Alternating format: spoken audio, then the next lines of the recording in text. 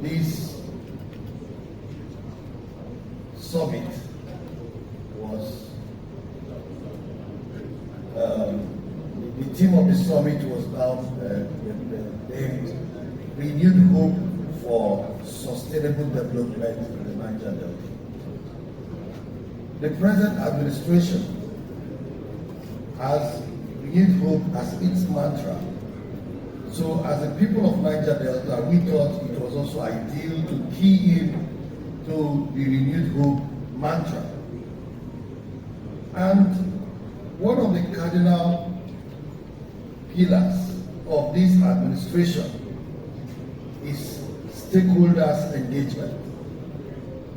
So we in NDDC, we thought being the platform of where we can bring the entire Niger Delta people together to discuss the issues of Niger Delta, educate the people of the Niger Delta on the programs and visions of this administration. We have to provide this platform for the people of the Niger Delta.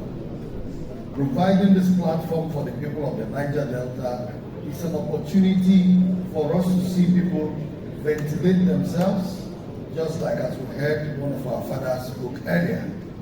And at the end of the day, for us to come together to have a community that will be the opinion and the stand of the people of the Niger Delta.